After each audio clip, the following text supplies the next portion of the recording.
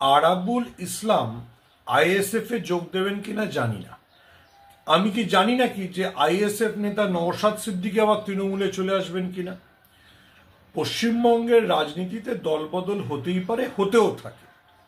প্রথম কথা হচ্ছে আইএসএফ ভাঙড়ে তো আর তত গুরুত্বপূর্ণ নয়। লোকসভা নির্বাচনে তো ভাঙড় বিধানসভা কেন্দ্র থেকে তৃণমূল বিশাল লিড পেয়েছে। তাহলে আরাবুল ইসলামই বা কত বড় ফ্যাক্টর, বা ভাঙড়ে নওশাদ সিদ্দিকী বা কত বড় ফ্যাক্টর।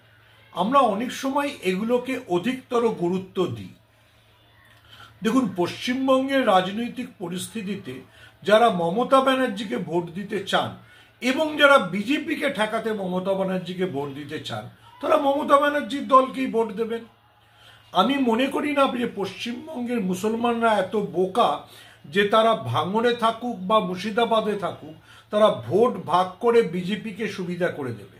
গত লোকসভা নির্বাচনেও তাই হয়নি, 2021-এও তাই হয়নি। ভাঙড়ে হয়তো নওশাদ সিদ্দিকী জিতেছিলেন, কিন্তু 2024-এর লোকসভা আস্তে আস্তে তো ভাঙড়ে আবার তৃণমূলের প্রাধান্য প্রতিষ্ঠিত হয়ে গিয়েছে। ফলে আরাবুল ইসলাম দলে থাকলেন কি দলে থাকলেন না, তিনি আইএসএফ এ যোগ দিলেন কিনা, তা নিয়ে এত ভাবার কোনো দরকার আছে বলে আমি মনে করি না। আবারও মনে করাচ্ছি যে নওশাদ সিদ্দিকী যদি তৃণমূলে যোগ দিয়ে দেন, তাহলে আরাবুল ইসলামের কি হবে।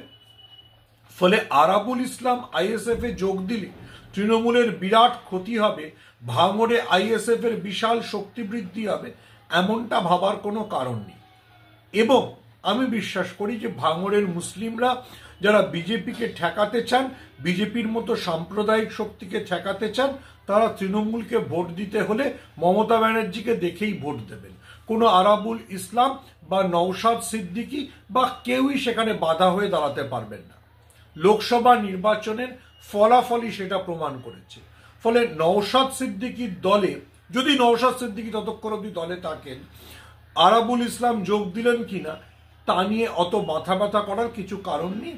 নওশাদ সিদ্দিকী একজন বিধায়ক, কিন্তু লোকসভায় নিজের বিধানসভা কেন্দ্রে পিছিয়ে পড়েছেন। আর আরাবুলকে ছাড়াই লোকসভার সময় তৃণমূল সেখানে লিড নিয়েছে। ফলে এত ভাবার বা গুরুত্ব দেওয়ার কোনো কারণ নেই।